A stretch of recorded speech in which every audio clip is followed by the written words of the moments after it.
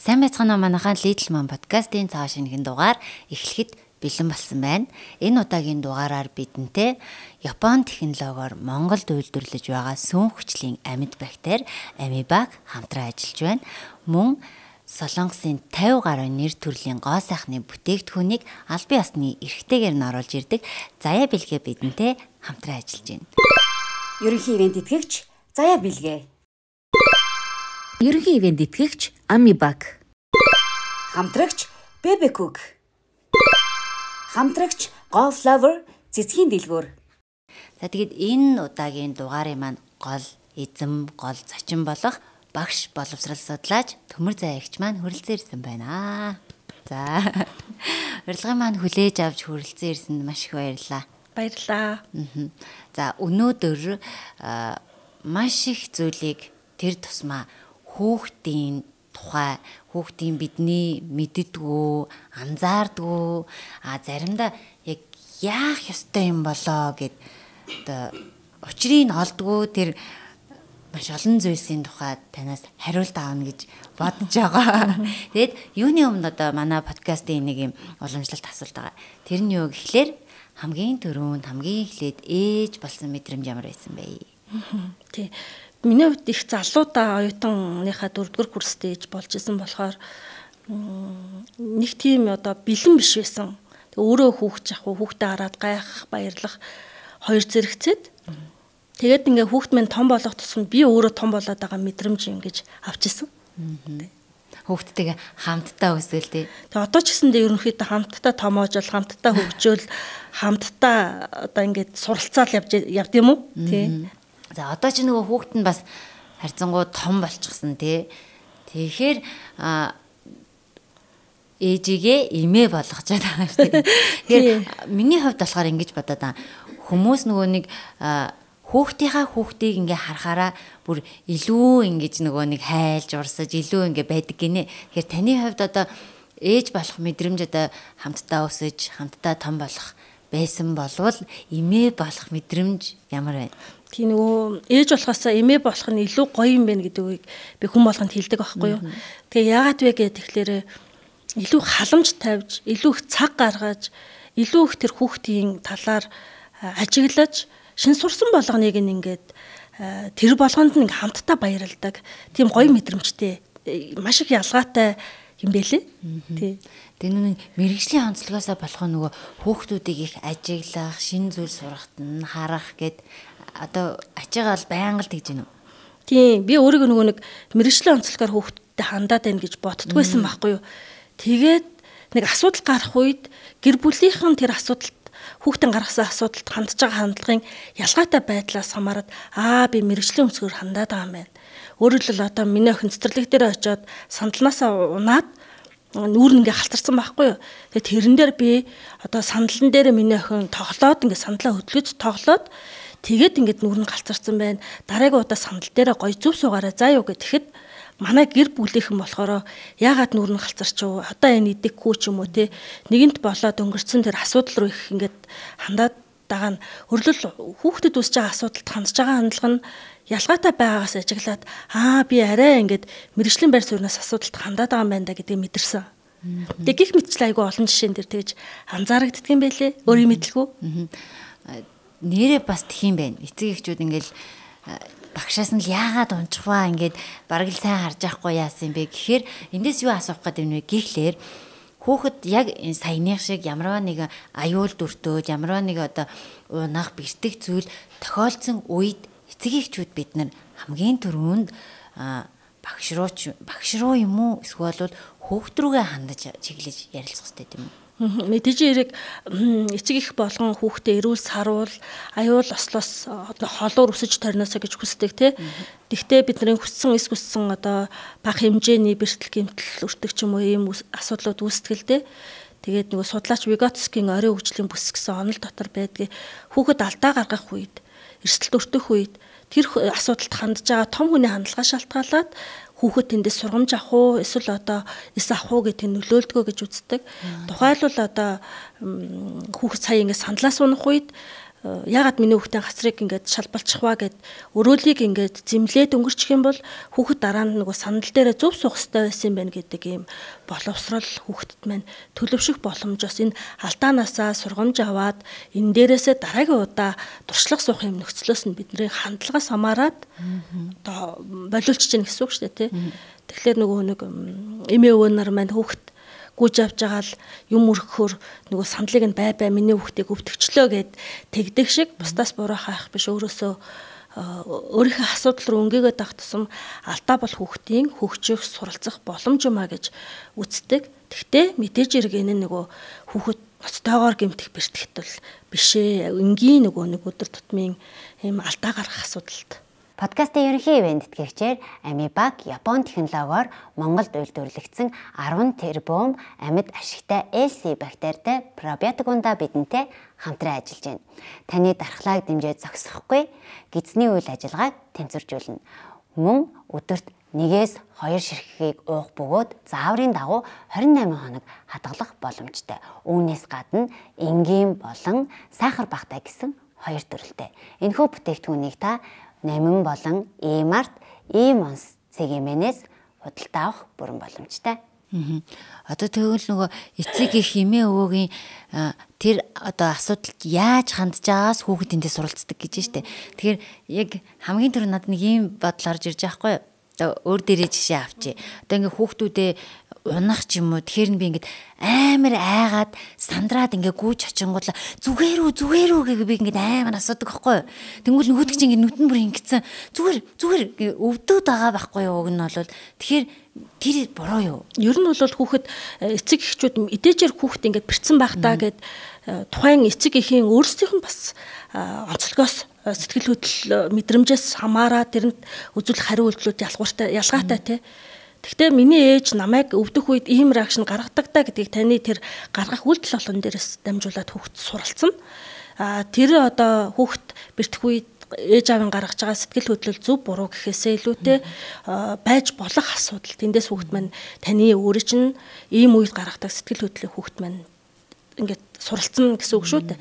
Харин хүүхэд дээр очиод өвдсөн байхдаа тийм ээ одоо миний ох ээж нь тэврий, миний хүү одоо ээждээ хүрээ дээр хаана нь өвдөж байна гэдэг мэтээр хүүхдэд тулгарсан байх тэр мэдрэмжүүдийг давтаж асууж иж ер нь бол тайвшрах боломж. Тэгингээ та тайвшрна. Тэгэхээр ямар ч нөхцөл байдалд илүү эрүүлэр илүү одоо оюухан зөв шийдвэр гаргах үед тайван байх хэрэгтэй. Тэгэхээр яг тухайн үйл явцад хинт сэтгэл хөдлөл гаргана шүү дээ. Тэгээд тэрийгэ зөв удирдаад хүүхдэд асуултаар дэмжиж тэр одоо мэдрэмжийг нь гадагшлуулад түүний дараа яах ёстойгоо ярилцах нь хамгийн чухал. Тийм учраас ээж аав байна гэдэг маань нөгөө Японы судлаач хэлсэн байсан шүү дээ. Галзуу хулганаар давхих мэтгээ хэлсэн. Галзуу хулганд бид нар ч өөрсдөө мөнгөө төлөөд өстой хүсэн суудаг те. Тэр шиг бид нар хүсэн хүүхдтэй болдог. Тэнгүүтээ галзуу хулганаар яах мэдрэмж хэцүүтэй. Хурдан буух юмсан ямар амар юм бэ? Яасан хэцүү юм бэ гэл ингээл тэгээд буугаад ирчих нэг 50 юм шиг. Тэгэхээр хүүхд өсгөнө гэдэг маань өөрөө хүүхд хүмүүжүүлэх тогтсон нэг гарын авлага байдаггүй.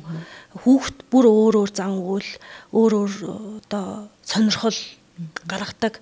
Тэм учраас одоо яг тэрэн зөв тэрэн буруу гэх нь гэхээсээ илүүтэй илүү одоо судалгаа нотлохонд суурилсан тэр зөвлөмжүүдийг хэрэгжүүлээд явах нь их зөвл гэж миний үзэл баримтлал бол тийм байдаг.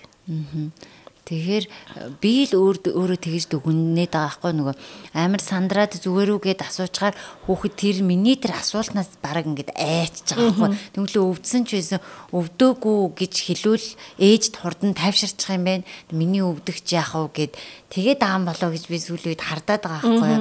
Тэгээ ер нь энэ бол хэрэг зөв юм уу буруу юм уу гэдгээ бас мэдэхгүй байсан. Тэгэхээр миний нэг сэтгэл хөдлөлийг бас ажиглаад анзаараад явж байгаа юм байна тий. Тэгэхээр ээжээс суралцчихлаа. Ээж минь намайг өвтгөхөд би ээжэд их чухал хүн. Ээж өвдөх юм бол ингэж их сандардаг гэдэг ойлголт хүүхд аваад тэгээ харьцангуй том болцсон юмыг наан цаана эргэцүүлэх бусдын оронд өөрийгөө тавьж үзэх чадвар нь суудсан нэг 8-9 настайгаас эхлээд энэ мэдрэмжүүл зүгээр гэд бушуухан шиг ээжийг тавьшруулах арга хэлбэр рүү шилждэг хүүхдийн нас тийм болжвол 4-тэй ч юм уу 3-тай ч юм уу юм байвал ээж тэгэх тусам улам хүчтэй уйлна. Өөрөөр хэлбэл ээж надад санаа тавьж гин анхаарлын нөгөө бусдын анхаарлын төвд байхыг эрмэлзэж байгаа үеийн учраас ээж бусад үеэсээ илүү онцгой ахад над руу анхаарсан учраас улам нөгөө барьцаа чангаруулад улам хүчтэй уйлж анхаарлыг нь татна. Гэх мэтлэн наснасаа хамаарат хүүхдийн өөрсдийнх нь туршлагаас хамаарат айлын эддэг хүүхдээс хамаарат бас асуудалд хандах хандлага нь өөр байх боломжтой. Тийм юм байна. Тийм. Танай хүү надад хэдтэй? 7-тай. Яг л тийм л юм байна. Тэгээ айлын том уу? Тийм. Тэгээ айлын том тийм болвол тэгэл ээжийн оронд өөрийгөө тавьж үзээд илүү чухал нь ээжийг тайвшруулах нь гэдэг нэг хүүн өөрөө тэгсэн чи яг эргээ бодсон чи манай би бас охиныгоо онж мандахаар бас л яг тэгжээш тэгэхээр манай хүү улам гэдэг. Тэгэл тэнд ч очиж уйлал энд ч очиж уйлал хин хамгийн их өөртөө цаг гаргаж санаа тавьдаг тэр хүн рүүгээ харж уйлна. Тэгээ ингээл нөгөө гинцэн юм аа ингэж ярьж байгаа. Тэгээ тэр нь бол хамгийн бас зүгэлдөө тэг тусмал хүүхдэд тайвшруулах гэдэг өвдсөн байхдаа үлээж үгүй гэх мэтчлэн байдлаар санаа тавиад тайвшруулчих хэрэгтэй. Одоо тэгвэл яг энийг нэг жоохон дэлгэрүүлж яриул. Одоо нөгөө өвөө юм байна. Энэ ширээ ста миний охин мөрөгчин мүү ширээ бай гэлдэж штэ. Энэ цаашлаад хүүхдэд ямар нэг юм муу ч юм уу сөрөг үр дагавар байгаа юу? Тийм. Ер нь бол хүүхд одоо ширээ очиод гүйж авч агаад мөргөн гэдэг маань миний өөрийн асуудал шүү дээ. Тэгэхээр ширээ амьгүй бихт бол ямар ч нөлөө үзүүлэхгүй. Тэгэхээр эцэг эхчүүдийн хувьд бурууг заавал бусдаас хайхаасаа илүү үйл явдал яг юунаас болов гэдгийг нь мэдээж ширээ мөргсөн хөлт өвдсөн учраас өвдсөн байхдаа үлээж өгье, алив тос төрхий, илээд өгье ч юм уу гэх мэтчлэн санаа тавьж байгаагаа илэрхийлээд эхлээд нь хүүхдэд тайвшруулчаад дараа нь миний хүү энд ширээ байгаа учраас тойроодгүйгээрээ зөөлөө алхаарай ч юм уу ингэж хэлэх нь урт хугацаанд миний хүүхдийн асуудалд илүү эрүүлэр, илүү зөвөр, боддоор хандах ийм суурийг нь тавьж өгч байгаа үйлдэл. Тийм учраас хүн бүхэнд л хүүхэд нь маш инхри хүн болгон л хүүхдээ нандин гинэж ингэж хайрладаг. Гэтэ ирээдүйд насан туршид нь би одоо ирж болох аюулаас ингээд бамбай шиг хамгаалаад явах боломжгүй учраас миний хүүхэд өөрөө энэ эрсдлээс урьдчилан өөрийгөө сэргийлээд илүү юм асуудалд орооцолдог үедээ зөв шийдвэрийг гаргаж явдаг ийм боловсрол нь бидний одоо үзүүлээд байгаа үлгэрлэлээс шууд хамааралтайгаар төлөвшөх боломжтой. Би тэгэхэд одоо ер нь юу яах ёстой юм уу? Одоо ингээд насны хамаарал байгаа. Одоо жишээлбэл ингээд хүүхдтэй айгуу сайхан ингээд тайлбарлаж өгч штэ. За энэ ширээ бол ингээд ингэсэн болохоор чи дараа тойроод гараарай. Сандал дээрээ чи томатос уухгүй бол дахиад унах нь байна гэдгийг ер нь хідэн наснаас нь ингээд хэлүүл хүүхэд илүү сайн ойлгох юм. Эсвэл бол бүр нэг наснаас нь ч юм уу ингээд байнга ярилцаал ингээд байгаад ах хэвээр юм хүүхдтэй. Ер нь хүүхдтэйгээ баг гэж голохгүйгээр харилцаа үүсгдэг. Бид нар ч нөгөө 0-6 настай байхад нь л ингээд биеийн хилээрээ харилцаал өмнөөс нь гунганаал ингээд харилцдаг шиг хүүхд ой гарантай болоод тэгэхээр хилээрээ үгээрээ үйлдэлээрээ бид нартай харилцаанд ороод ирэхээр болохгүй насанд тохируулаад тайлбарлаж өгөөл байна л да. Тухайлбал одоо сая би манай ач охин 2 нас гарантайгаас эхлээл одоо бидний одоо гар утас зурагт энэ төр сонирхол нь татагдаад эхэлж байгаа шүү дээ. Тэгээд тэр үед бол хоёулаа зурагтыг холоос үзэхгүй нүдэн өвдөн гэд нүдэн өвдгийг өөрөө шууд хүүхэд нүд өвдөн гэдгийг өгүүлбэрээр ингэж хэлэхэд ойлгодгүй байхгүй юу. Тэгэхээр би хүүхдтэйгээ яах вэ гэхээр нүд өвдсөн удаа үзээд нүд ингэ харалж малцсан байдаг шүү дээ тий. Тэр одоо бичлэг тэр зургуудыг ингэж өвддөг байхгүй юу гэж харуулад удаа үзэх үед нь заримдаа ингэ нэг юм хөх энтер болцсныг нь өөрт нь харуулад тэгээ ингэж нүд өвддөг байхгүй юу гэж хэлээд ер нь холоос үзхийг санал болгодог. Тэгээд удаа үзээд ирэхээр нь дата дууссан. Тий. Дата дуусчихлаа. Интернет ингээд гацчихлаа гэх мэтчлэн тайлбарлахаар интернет гацчихлаа гэд хоол идэхийн өмнө хэдүүлээ зурагтаа заавал унтрах хэрэгтэй гэх мэтчлэн насанд нь тохируулаад тайлбарлаж өгвөл тэрэндээ би өөрөө тууштай байгаад ахаар хүүхд өөрөө дадал болоод авчиж байгаа байхгүй юу. Тэгэхээр ууггүй л хүүхдтэйгээ нэг заа гэсэн бол заадаа үнэн. Гэтэ заа маань өөрөө зөв үед нь ингээд заа байх. Нэг үгүй гэсэн бол үгүйдээ үнэн байх чухал байгаад байгаа. Тэгэл шүд угаах энтрий чинь насанд нь тохируулаад башил тайлбарлана л да. Шүд өглөө оройд угаалгах дургу. Тэгтээ шүдтэй холбоотой номыг уншиж өгөөд энийг ингэ том хүнээр угаалгах хэвээр нөгөө би төвтэй 3 настай болоод ирэхээр би өөрөө угааж чадна штэ. Би өөрөө угааж штэ гэл ингээл хүүхдүүд тэгдэг штэ. Тэр үед нь болохоор том хүнээр угаах хэвээр гэж ингээ одоо гоё Монголд бол айгүй олон тийм хүүхэд нөгөө бодтоор номон дээр, кинон дээр үзэж байгаа контентн дээр юу байгаагаараа проекцлоод хүүхд асуудлыг ойлгодог болсон учраас тэрүүгээр нь жишээ татаад ойлгуулах боломжтой.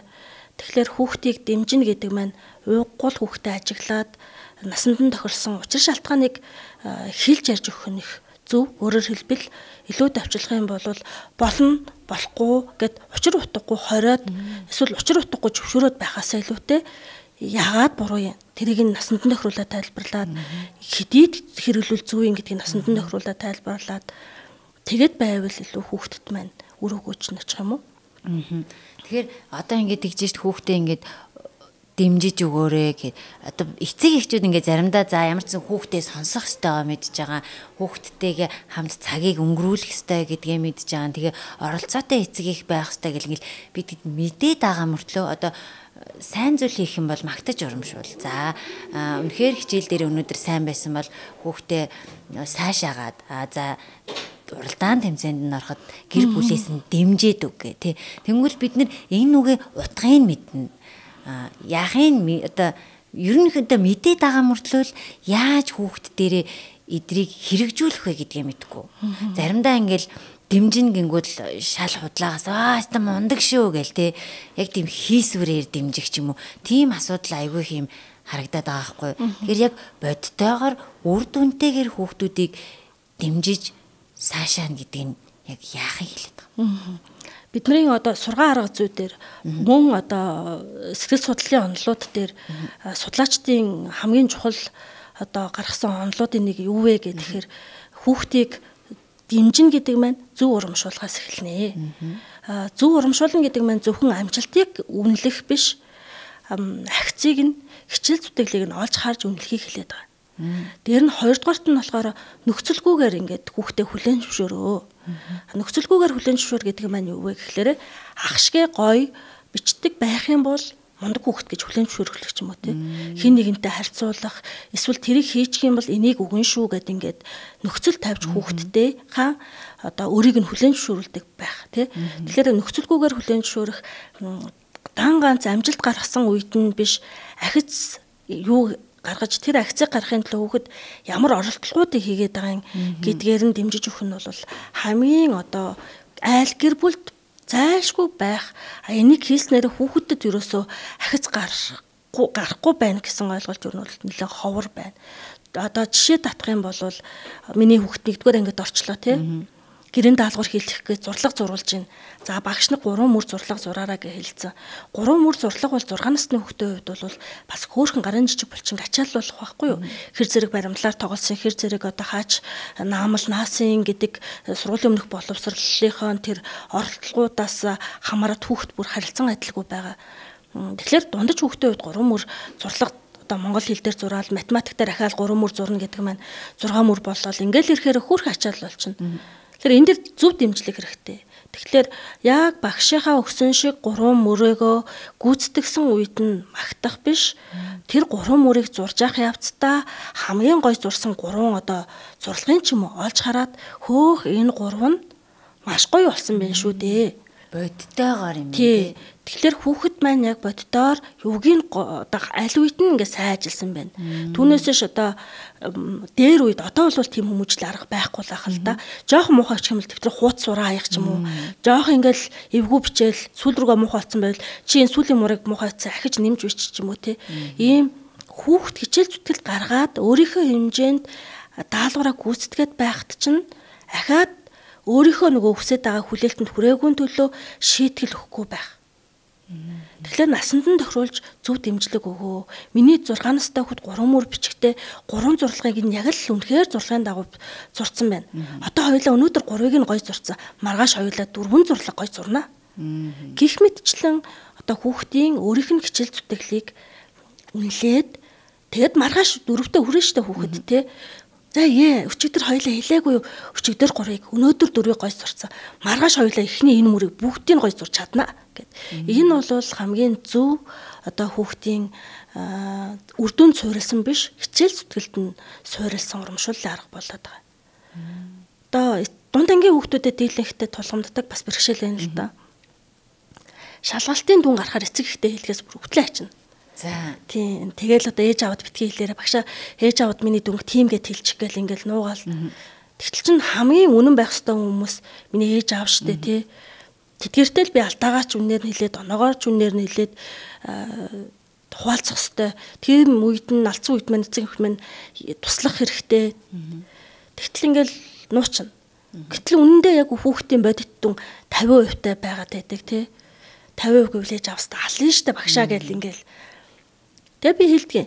Гэхдээ нийт 100% юмны чи талыг нь хийцэн биш. Талыг нь хийж чадсан хүн дахиад тэгээ 3-1-ийг нь 3-2-ыг нь хийх боломжтой шүү дээ. Багш нь чамайг бол тэгж л бодож байна. Тэгэхээр чи ээж ааваа одоо ингээд хамгийн ингээ гайгүй үеийг нь олж харж агаад ээж нь хэдэл сайхан штэ тий. Аав нь хэдэл сайхан штэ чи мэдэн штэ.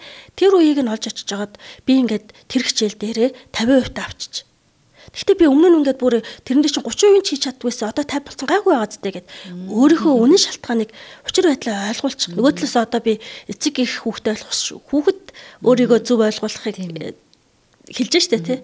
Тэгээд хилээд үз. Тэгэхээр ээж аав чинь миний үг ойлгоно штэ гэд. Тэгээд эцэг эхийн байр сууриас бол хүүхэд нэгэнтэй л тийм дүн үр дүн нэгэнтэй л гаргацсан юм чинь яаж дэмжих вэ гэдэг асуулт бас үлдэж магадгүй. Загнаал ингээл шахаал байвал энэ хүүхэд сурахгүй яах юм гэдэг бодож магадгүй. Гэхдээ яг мэдээж хүүхэд ингээд онцлогоос шалтгаалаад шахалт давхаар үр дүн гаргадаг хүүхэд байж болно. Гэхдээ л одоо онлоороо бол сэтгэл зүйч Карл Рожерсийн онлоор бол хүүхдийг нөхцөлгүйгээр хүлээн зөвшөөрөх, дэмжлэгийг нь зөв хичээл зүтгэлийг нь үнэлэх ёстой гэж хэлдэг. Тэгэхээр одоо ингээд нэгэнтээ 50 авсан юм чи хоёулаа 70 болохын тулд яах вэ? Чи юу гэж бодож байна? Чи одоо хана анхаарах вэ? Ер нь бол юунаас болоод 50 авсан гэж бодож байна. Гэхдээ чи өмнөх жил дээр энэ англи хэлний хичээл дээр өрөөсөө явдггүй байсан миний мэдхээрлийг 30 авчлаа 40 авчлаа гэдэг байсан. 50 ч бас гайгүй ч юм уу. Гэх мэтчлэн байдлаар бодит гаргасан үр дүн дээр нь яг л бодиттой ярилцлага хийгээд хүүхдтэй хурж болох дараагийн алхмыг бодитоор л ярилцах нь би чаднаа, би нэг оролдоод үзье, нэрэн санаанд багтаад байна да гэдэг мэдрэмжийг л өхөн чухал. Тэгэхгүй нэгэнтэй л англи хэл дээр өнөөдөр 50 авц хүүхдийг 100 авдаг эгчтэй нь харьцуулаад эгч чи ингэж сурч байсан түүх байхгүй. Чи өөрийгөө хар. Өчнөө дамжаанд, өчнөө төлбөр төлж сурчаад байгаа байдлаа хар гэхэлэр хүүхдийн насанд тохироогүй одоо шүүмжлэл буюу эргээд сэтгэл 100% ачаа өгч байгаа. Ичгээ байж чадсангүй. Ичгээл байвал ээж маань намайг тоодог байх юм байна, тийм ээ. Тэгжээж л би энэ гэр бүлд үнэлүүлэх юм байна ч юм уу те. Эргээд хүүхдтэй сэтгэл зүйн ачаа болчихж байгаа учраас бодит үнэнтэй нэгдүгээр дэвлэрхээс ургуулчихж байгаа. 50% авчичээд шүү дээ. Тэг яаж жарлуу болох уу гэхлээр чи чадна гэдэг мэдрэмжийг өгөх нь л айгуу чухал. Түрүүний нөгөө нэг 6 настай хүүхд 3 зурлагыг нь гой зурчлаа гэж урамшуулна гэдэг маань чамд бичих боломж байна чи гоё бичиж чадчихна гэдэг мессежийг л хүүхдэд өгöd байгаа шүү дээ. Тэрэн шиг хоёлаа энэ 50-ыг чи ер нь бол ээж нь чамд туслая чи өдөр болгоо нэг 5 өгч ээжлээд ээжтэй шалгуулад байх юм уу? Тэгээд байвал хоёлаа нэг жарлуу ороод ирэх боломжтой юм шүү. Дийлэнхтэй л чи танил биш шинэ үг сурах дээр л алдаж оноогоо алдсан гэдэг юм. Тэгэхээр гэдгэл юунууд асуудлууд үүсээд байна шүү дээ. Тэгэхээр асуудал яг юунаас болов? Хамтдаа ингээ харж шин шинэ үг танил биш үгүүдэл чи ерөнхийдөө буруу дандаа битсэн байж таг. Эсвэл дүрмч юм уу? Тэрийг оншилж хоод бодитоор хүүхдийн маань нөөц ямар байгаагаа мэдээд хурж болох зорилгыг хамтдаа тавиад би чамд тусалнаа. Би чамайг ойлгож байна гэдэг мэдрэмжийг хүүхдэд өгөн л би оролдоод үзье гэдэг эрч хүчийг нэмж өгч байгаа. Тийм учраас эцэг эхчүүд маань нөхцөлгүйгээр хүүхдэд хүлээн зөвшөөр гэдэг маань энийг хэлээд байгаа байхгүй юу? Тий ахтай нэгчтэй нь харах, харьцуулах биш, амжилт гаргах ёстой тэр 90 100 гэсэн үнэлгээ рүү хүрчээж хүүхэд нь сайн байх ёстой биш. Бодит миний хүүхэд байгаа өнөөдөр ямар байна? Ирээдүйд ямар болох боломжтой вэ гэдгээ ингээд зөв үнэлээд дэмжиж өгөх юм бол боломжтой. Тэгэхээр хүүхдээ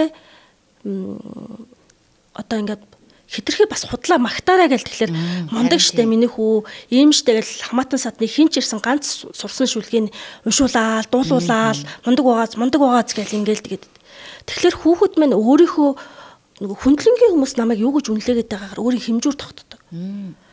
Тэгэхээр мундаг юм байна гэдэг нь өөрөө ямар ч өгөгдлгүй үг байгаа зү. Миний хувьд бол төмөр зөөгш мундаг гэдэг тэгэхээр би айдаг л да би чинь бас алдаатай, алдтаг. Заримдаа ондог тий. Тэгэхээр мундаг гэдэг үгнээс үл их айдаг. Тэрний оронд төмөр зөөгш манай хүүхдэд номд дуртай болоход нөлөөсөн шүү гэтэйгвэл нэр нь би ч бас хийсэн юмтай юм байна. Миний ном уншиж өгөхийг одоо хүүхдүүдэд дэмжиж байгаа энэ мань нэг ч гэсэн айлд хэрэг болсон юм байна. Дахиад би нэг хүмүүст энийг ингээд туслаадахыг гэдэг юм авч байгааз яг тэрэн шиг эцэг эхчүүд маань хүүхдээ мундаг шүү, сайн шүү, хөөрхөн шүү гэдэг ийм ёс төдий магтаалын үгийг хэрэглэхээс илүүтэй яг бодит магтаалыг хэрэглэх. Миний хүү чинь өөрөө хувцаас дээр унтахынхаа өмнө бэлдээд сайхан тавьчдаг болцсон байна. Яагарахгүй дунд ангид орсон бидгт чинь тэгэндэг. Одоо чи дунд ангид орсон би даах хэрэгтэй гэж шууд ингээл загнахаасаа илүүтэйгээр тийм ээ хийж байгаа дунд анги болоод тэр хүч өөрийгөө том болцсон. 5 дугаар ангиас 6 дугаар анги руу оронгуудаа өөрийгөө нэг өөр болцсон, том болцсноо мэдрэх гээд оролдлогууд хийдэг байхгүй юу? Тэр оролдлогуудаас нэгийг нь олж хараад хэлчих. Өстэй нэр дунд ангид орсон аргагүй мэдэгдэж байна. Ингээл хүүхд чинь ингээд бие дагаа явцдаг байх нэ. Кичээл ном өөрөө ялгаад хинээч артгуугаар даалгавраа хийчихдэг болчихож гэд. Энэ бол яг хүүхдэд үнэлж байгаа зөв урамшууллын арга. Тэгээд эргээд хэн бүхэн ч хэрэгжүүлж болох дэмжлэг болж өгöd байгаа байхгүй. Энийг дэмжлэг гэж хэлэх юм байна те. Тэгээ бодит урамшуул гэж энийг хэлэх юм байна те. Хамгийн түрүүнд миний санаанд орж ирсэн юм гэхээр сая манай хүүхд 2 дугаар ангид ороод тэгээд яг 1-р ангид аягүй удаан хичээлээ хийхээр ингээл алга ингээл сандал дээрээ цахгүй нэг цонх мохоор ингээл харцаа явж байгаа хгүй. Тэгээ би сая болохоор нэг за арга барилаа энэ жил сольж үзье гэж тунгуутлаа. Ингээ хичээлээгээ сууж ангуутл нь би 1-р ангид яг яс хажууд нь суулгаад за ингэдэг гэсэн аахгүй. За 2 дугаар анги дээр одоо ерөөсөө ингэж зунгаар алтахгүй гэл хоол сууж байгаа л аавд нь хөөе манай хүүчэд 2 дугаар ангид орсон илт мэдэгдэж байна. Аав нь яасан гэсэн чинь хичээлээ минь надгүйгээр өөрөө хийдэг болчих. Тэгээд айгүй хурдтай болчих. Урд нь 1-р ангидаа ингээл өгүүлбэр бичдэг байхад чинь ингээл 2 цаг болдог гэсэн. Одоо 10 минутын дотор бичдэг болчих. 2 дугаар ангид орох чинь ингэж л өөрчлөгддөг юм байна гэж хэлсэн баггүй. Тэгсэн чинь ингээл сонсохгүй байгаа юм шиг мөртлөө ингээл бие хэлэмж нь мэдрэгдээд байгаа ч бие ингээл илүү ингээл цэгнэд суугаал жоомарцаад илүү юм дүрдээ ороод нэг яг тийжсэн. Тэгэхээр энэ яг хэрэгтэй оновчтой хүүхдэд хэрэгцээтэй байсан урамшууллын хэлбэр байгаад байгаа байхгүй юу? Тийм ээ. Тэгэнгүүт л эсэргээрээ бид нар хүүхдүүдээ сэтгэл санаагаар унгааж чаддаггүй. Тэгэлгүй яах вэ? Бас тэрийгэ мэдгүй. Ямар үед бид нэр хүүхдүүдээ сэтгэл санаагаар унгааж ийн гэдгээ мэдгүй. Гэхдээ одоо хүүхдтэй шүүмжилж байгаа ч юм уу загнаж байгаа нь чиний төлөө. Чи одоо энийг одоо ингээд сурахгүй юм бол ирээдүйд чамд хэцүү гэж одоо нөгөө хэцүү үгээр тайлбарлаж хэлдэг юм уу? Зурагт үзвэл нүд нь үднэ гэдэг шиг. Юу ч тэр үгийг хэлээд хад ойлгохгүй байгаад хахад л ингээд загнаал. Тэгээ дараа нөгөө хүүхд нь тэрийг за би болохгүй л байгаа мэн гэдэг мэдрэмжийг аваад дит юм болов. Бид нар ч одоо өөртөө одоо анх удаа ээж аав болох хүүхд болох өөртөө санаа тавих, хүүхдэд санаа тавих, ажилдаа санаа тавих гэл энэ олон үйл явцаас болол буруу аргууд хэрэгэлдэг л дээ. Тэрний хамгийн одоо битгий хэрэглээсэ гэж хүсдэг зүйл нь бол хүүхдүүдээ хооронд үнэхээр хүссэн үсээг харьцуулж гадбайдаг. Энийг л манай гэрт байх ёсгүй юм шүү гэд тийм ээ. Ботчвол их зүгээр хүүхэд болгон өөр байдлаар хүүхчин нэг аавын, нэг ээжийн, нэг гэр бүлд яг л ингээл өсөж байгаа ч гэсэндээ тэр хүүхдүүдийн зан үйл өөр байдгийг хүлээн зөвшөөрөөд харьцуулахгүй байх. Дараагийнх нь чи төвтэй загналт бол ер нь бол чи залхуу чи заваан гэхээсээ илүүтэй цагтаа даалгавраа хийдэг байцгаа хоёулаа энэ ингээд залхуурах гад байгаа тархигаа ялан дийлээ. Тарих одоо ингээд даалгавраа хийх үед нь байж байгаа тийчих гэж сануулга өгөөд иж магадгүй хоёулаа энэ залхуурах гад байгаа тархийг ялан дийлээ. Тэгэхээр байж байгаа тийчих гэдэг сануулга эрхэлэн бол үгүй дээ би яг одоо хийндэ гэж сууж байгаа бодож жоод хийцгээе. Гэх мэтчлэн байдлаар чи өстө нэр нь дандаа ингээд заваардаг гэхээ оронд миний хүү аяга уучаад хураагаа тавиад тэгвэл ээжд нь илүү их амар байна. Ингээл ус эцсийн мань тэн тавиад ахаар ээжд нь ингээд айгүйх ажил болоод ээж нь амрах цагаас хомслоод байна гэд учир шалтгаанаа чи юм гэдэг чи төвтэй ярихасаа илүү бодит асуудалд нь ингээд тулгарх юм бол их чухал. Тэгэхээр яг нөгөө чи төвтэй шүмжлэлүүд очиод ирэхээр ингээд дүжирнэ гэдэг штеп хүүхдэж.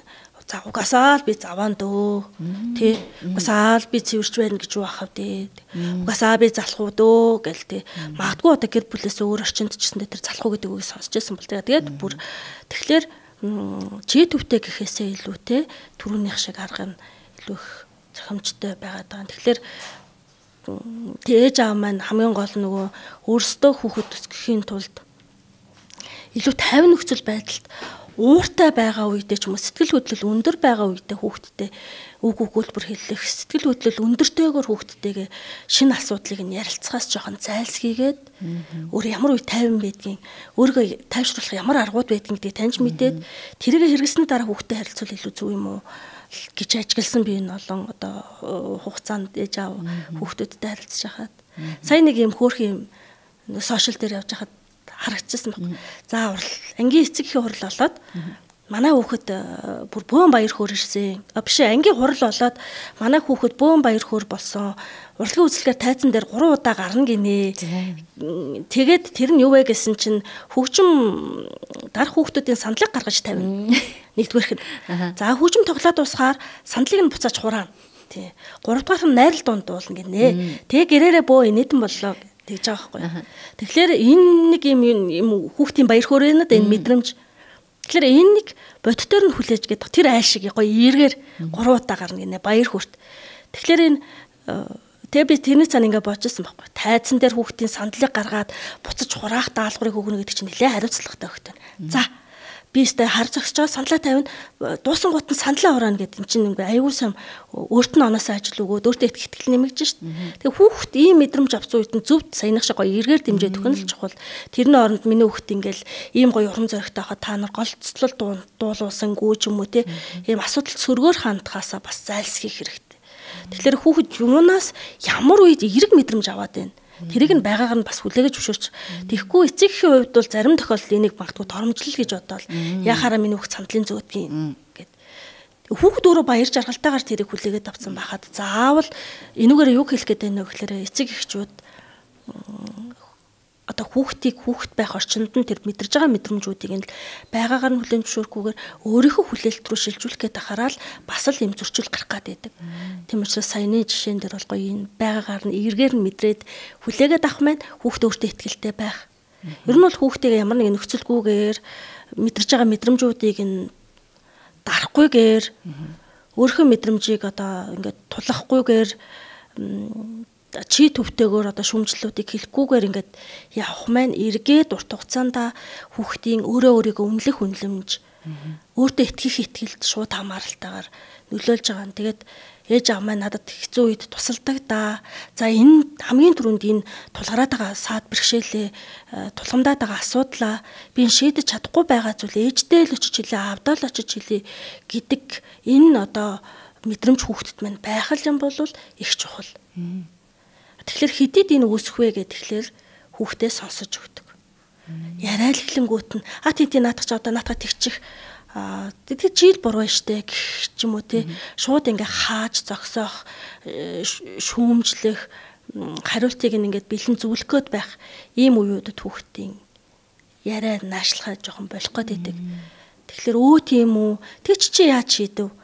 Тэгж бас шийдэж болох нэ ч юм уу те ийм дэмжиж сонсож өгөх нь бас хүүхдийн одоо түрүүний хэлсэн аав ээжтэй л хандаж хэлээ та хурдхан шиг тэр хоёртаа хэлээ та гэдэг мэдрэмжийг дарахгүй байх боломжтой. Тэгэхээр сонсож өгөөрэй, зөв сонсож өгөөрэй гэдэг байгаа маань бас. Одоо тэгээд нөгөө өөртөө итгэх итгэл хилдэгсэн шүү дээ. Гэр бүлийн орчиндөө бол ингээд өөртөө итгэлтэй тий. За би бол үнэхээр ийм хүүхэд юм байна. Би олж чадна. Би ингээл айгүй гой өөртөө итгэлтэй байгаад сургууль орчмын бүст дахин шинэ нэг орчинд орж байгаа үед хүүхдүүд өөртөө итгэх итгэлээ алддаг юм шиг надад санагдаад байгаа байхгүй. Энэ юунаас болж нөлөөлөх вэ? Одоо ингээл хүүячээстэ тэр дугааста гой дуулж илээ шүү дээ. Надад бол таалагдсан гэхэд хүүхэд эргүүлээд би муухай дуулдаг шүү дээ ч юм уу. Би тамирын хичээлдээ муу шүү гэдэг ч юм уу. Тийм мэдрэмжүүд хаанаас бий болдго юм бэ? Тий, ер нь бол гэр бүлийн орчин гэдэг чинь хамгаалагдсан, бүгд намайг мэддэг тав тухтай орчин. Сургууль болон цэцэрлэг албан байгуулах гэдэг юм бол байнга сорилтонд орж идэг бас нэг өөр орчин шүү дээ. Тэгээд дийлэнхдээ одоо бага ангийн хүүхэд ер нь бол сургуулийн насны хүүхэд, цэцэрлэгийн насны хүүхдүүд гэрт байгаа зан аашнаасаа маш өөр зан аашиг гаргадаг. Тэгээ нэг шинээр сонсон үг, шинээр сурсан үйлдэл ч юм уу тэрийг ингээд туршиж үзэх орчин нь юм уу?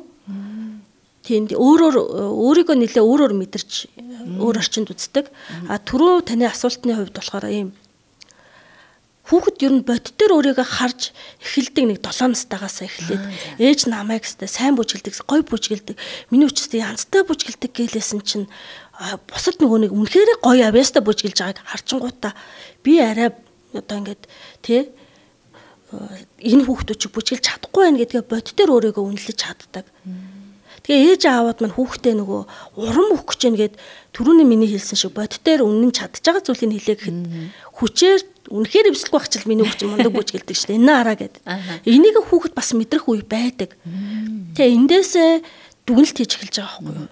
Ээж намайг сайн гэдсэн чинь би чи сайн биш л юм шүү дээ. Ер нь бол манай ангийн охтууд илүү сайн бүжиглээд байна ч юм уу.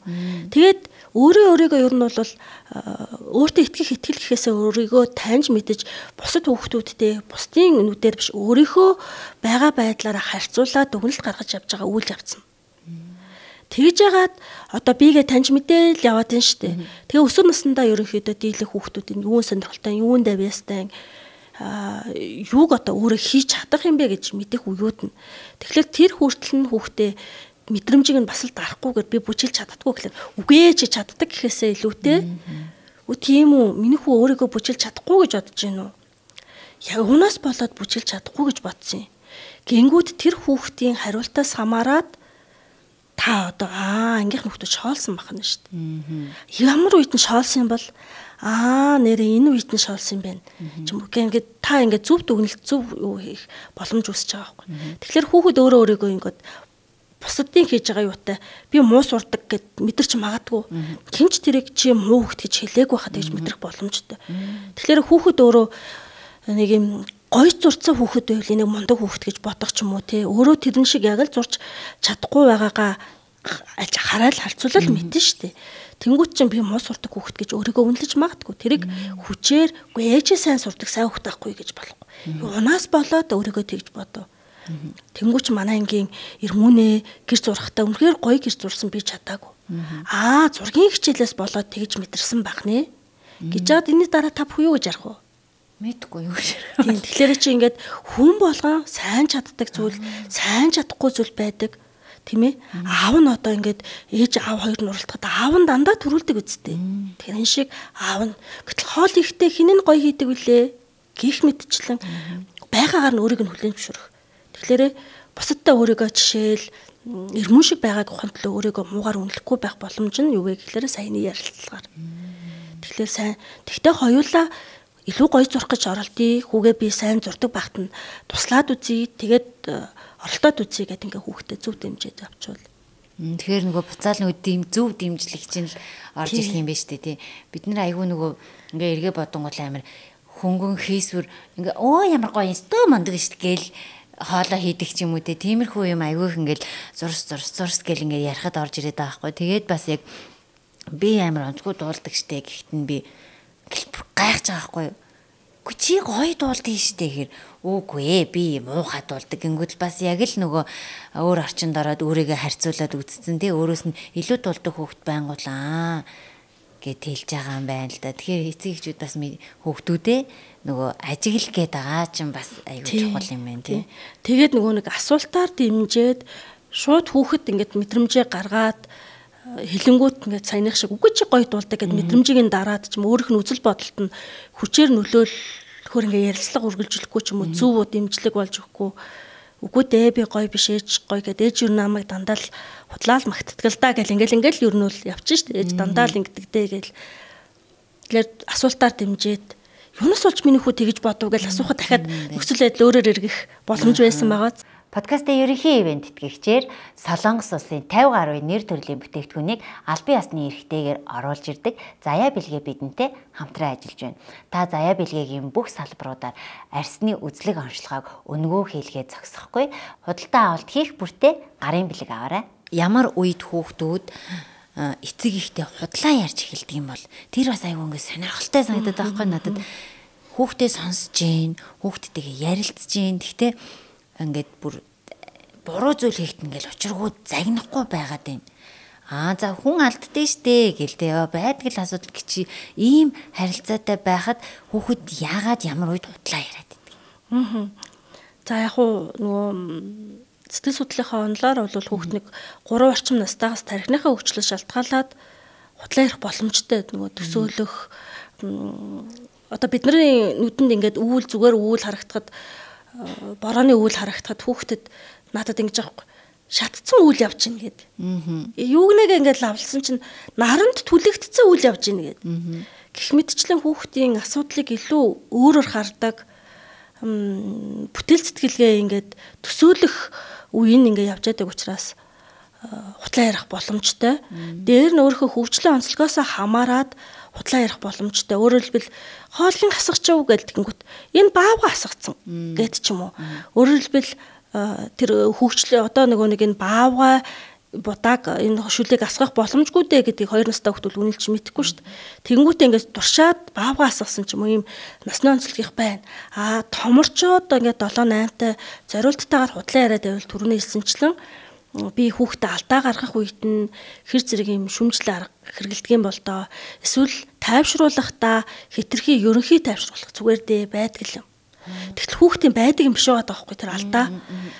Эсвэл алдаа гаргачих юм бол ингээл шийтгэл аягийн хагалч хин чамайг болгоомжтой явахгүй байсан тий энэ аягийг хэдэн хүрээр авдаг гэж бодов. Гэл ингээл дих юм бол дараагийн удаа миний 8 настай хүүхд аяг өөрийгөө хагасныг хүлээн зөвшөөрөхгүй шүү дээ. Мэдгүй би хараагүй гээл тий. Яагаад гэвэл тэндээс нэгэн тал аяг хагарчээд байдаг. Тэгсэн хэдэж гэсэндээ би ингээд өвдөлт авах гээд шүү дээ. Ингээл шийтгүүлэл загнуулаад мэдээж хэрэг би махбодын хүчирхийл хийхгүй ч гэсэндээ үгээрээ би тэр хүүхдийг өвдгөөд байна шүү дээ. Гаргасан алдааг. Төө энэ аяг хагарчгаа юу гэтэнгүүт тийм ээ гэд ингээд би харин ингээд санаандгүй явж байгаа доор юу ус асгасан байсныг мдээгүй байж байгаад унаад хагарчлаа гэд тийм үү насгсан ус мусаа идвэл арчиж байхгүй тийм ээ гэд нэгэнтэй л аяг хагарсан юм чинь би ч гэсэн алдаа гаргадаг. Тэрийг нь байгаагаар нь хүлээн зөвшөөрөхгүй шийтгэл үзүүлээд авах үед хүүхдүүд ер нь бол худлаа ярьдаг. Эсвэл бол за гэд ингээд тоохгүй ингээд хайчих юм бол ерөнхий хариулт өгч одоо бүх шалгалтын дээр 20% авчлаа шүү дээ. Тэгэл түрүү тоохгүй хайчих тий. За яах вэ гэд ингээд огтвол хайхрах ийм мэдрэмжүүдийг авах үедээ хүүхд хайхруулахыг хүсээд худлаа ярих боломжтой. Одоо ингэ шалгалтын дээр 20% авсан байлаа гэхэд за яах вэ миний хүү бүх хүн 100 авах албагүй гэж хэлж байгаа нь бас үл хайхрахад орох уу? Тий 20 авдаг учраас шалтгаан бүх хүн 100 авах албагүй гэд байнга шалгалтын дээр нь удаа тэр одоо муу авсандаа хүүхд сэтгэл дундуур байна штэ. Тэгээд энэ муу авсан учир шалтгаанаа хуваалцахыг хүсээд байгаа байхгүй юу? Цаана нэг учир шалтгаан байна да. Би ингээ багшийн тэр үгэн сонсоогүй байхгүй юу ч юм нэг юм цаана нэг юм байна да. Хүн нэг жоохон юу яана 20 авцсан уу? Юу аль хэсэг дээр нь ингээ алдаа гаргачих юм. Жоохон тэхэрэг хүсээд тэл миний байнга ингээд илэрхийлж байгаа алдаанууд дээр ээж за 100 авах боловтой штэ. За хай ч юм уу. Ингээд байвал хүүхэд анхаарлыг татахыг хүссэндээ худлаа ярих боломжтой. Ээжээж би өнөөдөр англи хэл дээр 20 авчаад ээжээж би 100 авсан гээл ч юм уу тий. Тэгэхээр анхааруулахыг хүсээд бас худлаа ярих магадaltaй. Тийм учраас хүүхэд 7-8 нас хүрчгээд худлаа яриад одоо тэрнээс дээшээ худлаа яриад байвал би ингээд асуудлыг нь яг зөв сонсож өгдөггүй. Тэр асуудлын учир шалтгааныг нь хамтдаа хайх гэж оролдлого хийдгүү. Хүүхдэд маань тулгараад байгаа асуудлыг нэрнгээсээ энэ асуудал муу юм а гэж харах гэж хичээдгүү. Эсвэл гялсын хүүхдийг чимээгүй болгочихъя гэд бушуухан шиг хариултыг өгдөг хүн үү? Эсвэл алдаа гарах үед нь байнга ингээл өглөөл, шийтгэл өгөөл ингэдэг хүн үү гэдгээ ингээд жоохон анзаарчих юм бол миний хүүхдэд удлаа яриад байгаа зүйл анзаарагдана. Тэгээд дунд ангид орсон байсан ч гэсэндээ хүүхэд анхаарал хандах одоо нэг юм асуудал гарч ирсэн 15 настай хүү доороо 2 настай дүүтэй болсон гээд тэгээ 15 настай хүүхэд манай одоо сэтгэл зүйч манай дэрэгдэх сэтгэл зүйчийн ажиллагаагаар бол ганцаардсан мэдрэмж их авсан байна мэн гэж гараад ирж байгаа байхгүй. Тэгвэл энэ одоо юу дутлаа гэж эн чинь 2 настай дүүтэй тэрнтэйгээ барьцдсан байх та бүх хичээлийн хэрэгсэл энэ насны чи хүүхдүүдийн юу байдгийг тэрийг нь өгсөн штэ гэж ингээд бүр жинхнээс ээж аав нэм гайхацгаа үйл явцыг ажиглаж байгаа. Тэгэхээр энд бол ялгаагүй л миний 15 настай хүүхэд тэр одоо сэтгэл зүйн тулгамдсан асуудал гэдэг маань юу вэ гэхлээрэ тэр ангийн найзтай юунаас болоод өнөөдөр ингээл дууга ураагаал ороод ирэх юм бол тэр мэдрэмжийг нь гаргуулах гэж хичээх хэрэгтэй байхгүй юу. Өнөөдөр миний хүчин жоохон дуу муутай байна уу да. За яачаа өндөөд юу ч ярихгүй гэл ингээл шууд хүүхдээ хэргийг яг хийх юм бол хүүхд уламж аажлна. Тэр мэдрэмж зүгээрээ гэл ингээд орчихно. Зүгээр найзрахыг харилцаагаар өнөөдөр миний хүүчин жоохон дуу муутай байна уу да гэл өнөөдөр ээжин ч гэсэндээ хүнтэй ер нь бол ярмааргүй байна. Ангийнхаа нэг хүнтэй бүр ажлынхаа нэг хүнтэй тар тур хийсэн чи бүр ямар ч юм идэгч хүсэл төрхөө болжлоо. Гээд ингээд жоохон яриа өдөөгөөд тэр хүүхдийн мэдрэмжүүдийг ингээд гадагшлуулаад хүүхдэд л юм чин оролцоогоо тодорхой хэмжээнд бол мэдрүүлэх хэрэгцээ хүүхдэд байдаг. Тэгээ би өнөөдөр хүүхдээ сонсож өгөхгүй бол хүн юм болохоор өөрийгөө сонсох өөр хин нэг хаажил авч байгаа. Тэгээд өөр хин нэг нь одоо бид нар шиг байж чадах уу, эс чадах уу бид нар тэрийг мэдэхгүй шүү дээ. Тийм учраас хүний тэр чухал хэрэгцээ, суурь хэрэгцээ одоо хоол хүнс амьдрах орчин гэхдээ дээшлээд ирэх юм бол өөрийгөө үнэлүүлэх хэрэгцээ байдаг, тоогдох хэрэгцээ байдаг. Гэр бүлийн орчинд ч бай, нийгмийн орчинд ч бай. Тэгэхээр энэ боломжийг нь хангаад би дөрөв хүүхэдтэй өдөрт ятаж нэг хийж чадж байгаа зүйлийг нь хэлэх ч юм уу, нэг юм амжилт хүссэн үг хэлэх ч юм уу, эсвэл хүн гэдгээр нь тоогоод би өөрийнхөө нөхцөл байдлыг одоо ингээд 13 настай охинтойгоо ээжтэй тусламж хэрэгтэй, ярилцах хэрэгтэй, ээжтэй ярилцаж өгөөч ч юм уу, тийм ээ. Энд чинь бас ингээд өөрийнхөө оролцоогоо мэдрүүлээд, үнэлүүлээд байгаа гоё мэдрэмж аахгүй юу. Тэгж хуваалцаж өгвөл хүүхдүүдэд маань өөртөө итгэл өөрийгөө байгаагаар миний хүүхд ямар ч байж болно шүү дээ. Гол нь л байгаагаар нүлэн зөвшөөртгөл бор арьстай байж болно. Тийм ээ. Одоо махлаг байж болно. Гол нь байгаагаар нүлэн зөвшөөрөх. Одоо өрөөсгөл гэр бүлийн даавтайгаа өссөн, ээжтэйг өссөн хүүхд байж болно. Хамгийн чухал номер 1 нь байгаагаар нүлэн зөвшөөрөх. Тий. Одоо ээж нь бол охинтойгоо хоёулаа амьдардаг бол хэрэгцээтэй цаг үед нь одоо уулзалт хуралтанд очиод охинтойгоо хамтдаа ярилцаад тулгамдсан асуудалд нь асуултаар дамжуулж ярих хэрэгцээг нь хангаж өгөөд ингээд байвал заавал хүүхэд энэ одоо гэр бүл бүтэн хүүхдүүдтэй харьцуулаад байх шаардлага. Ер нь бол аль болох байгаагаар нь өөрийгөө хүлээн зөвшөөрдөг хүүхдүүдтэй л байвал зүгээр тий. Одоо тэгэнгүүт бас нэг ийм асуудал гараад ах шиг миний ажигласнаар тэгээ хүүхдээ хин нэгэндээ битгий харьцуул байгаагаар нь хүлээж аав гэдгийг одоо миний хувьд бол ингээл маш их сонсож байгаа. Тэгээ миний хүүхд бол ингээл цор ганц хувилбар тий. Тэгэхээр өөр нэгэн хүүхдтэй яаж ч утсан ижлэх юм байх эсгүй гэж бодож байгаа. Тэгэл заримдаа ингээл хөөе энийг ингэ бичихгүй мүү эн чин ингээ танай ангийн хүүхдүүд л авал бүгдээрээ даалгавраа хийсэн бэлээ шүү. Тэгэхээр чи баг энийг хийх л ахтаа гэвэл тэр ангийнхантай намайг битгий харьцуул. Одоо тэрийг бүр айгуу сайн одоо мэддэг болчиход байна шүү дээ хүүхдүүд. Хин нэгэнтэй намайг битгий харьцуул. Яагаад гэвэл би цор ганц би өөр ертөнцтэй гэж сүүлийн үеийн хүүхдүүд бүр даа ялангуяа тэгж ярьдаг болсон.